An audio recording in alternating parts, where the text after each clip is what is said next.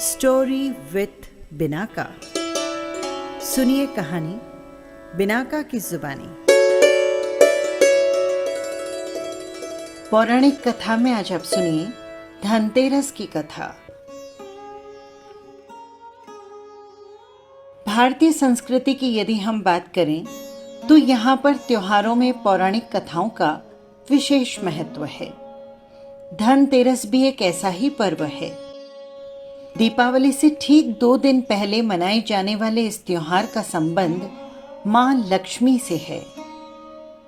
इसके अगले दिन छोटी दीपावली और फिर दीपावली को देश में धूमधाम से मनाया जाता है। पौराणिक कथाओं में मां लक्ष्मी को धन और संपदा की देवी कहा गया है। कहते हैं कि उनकी जिस पर कृपा हो जाती है उन्हें संसार की सारी खुशियां मिलती है। ये भी कहा जाता है कि धनतेरस के दिन आप जो कुछ खरीदते हैं वो आपके जीवन में शुभ बनकर आता है। ये भी कहा जाता है कि इस दिन पूजा पाठ और खरीदारी से स्थायी रूप से धन का वास होता है। आइए सुनते हैं धनतेरस की कथा। पौराणिक कथा के अनुसार एक बार भगवान विष्णु मृत्यु लोक की ओर आ रहे थे।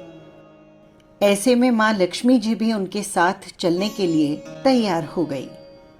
भगवान ने कहा कि यदि आप मेरा कहना मानेंगी तो ही आप मेरे साथ चल सकती हैं।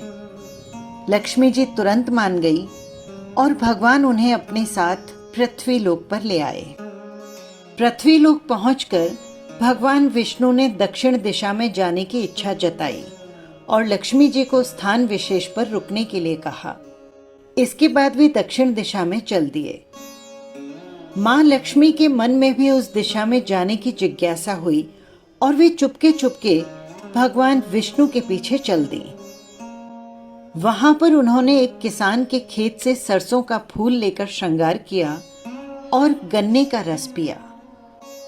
ऐसा करते समय भगवान विष्णु ने उन्हें देख लिया और क्रोधित होकर उन्हें शाप दे दिया कि किसान की 12 वर्ष तक उन्हें सेवा करनी होगी। लक्ष्मी जी के वास से किसान का घर धन से भर गया। जब 12 वर्ष पूर्ण हुए, प्रभु मां लक्ष्मी को लेने आए तो किसान ने उन्हें जाने से मना कर दिया। तब माता लक्ष्मी ने किसान से कहा कि तेरस के दिन घर को अच्छे से साफ करके रात में घी का दीपक जलाना, एक तांबे के कलश में रुपए और पैसे भरकर शाम को मेरी पूजा करना। ऐसा करने से मैं पूरे साल तुम्हारे साथ रहूंगी। किसान ने ऐसा ही किया और उसके घर पे मां के आशीर्वाद से धन बरसता रहा। ऐसी मान्यता है कि तब से तेरस के दिन धन की देवी की पूजा की परंपरा शुरू हुई और आज भी मां लक्ष्मी की कृपा प्राप्त करने के लिए धनतेरस का त्योहार मनाया जाता है। धनतेरस की एक और भी कथा है। उस कथा के अनुसार कार्तिक पक्ष की त्रयोदशी तिथि के दिन भगवान धन्वंतरी का जन्म हुआ था। वे अमृत मंथन से उत्पन्न हुए। जन्म के समय उनके हाथ में अमृत से भरा कलश था। यही कारण है कि धनतेरस के दिन भगवान को प्रसन्न करने के लिए बर्तन खरीदा जाता है। देश के सभी छोटे बड़े बाजारों में बर्तनों की दुकान सजती है और लोग अपनी क्षमता के अनुसार बर्तन खरीदते हैं। ऐसी मान्यता है कि इस विशेष अवसर पर आप जिन वस्तुओं की खरीदारी करते हैं उसमें 13 गुना वृद्धि होती है। पौराणिक कथाओं में इस बात का भी जिक्र आता है कि चांदी को चंद्रमा के समान माना जाता है।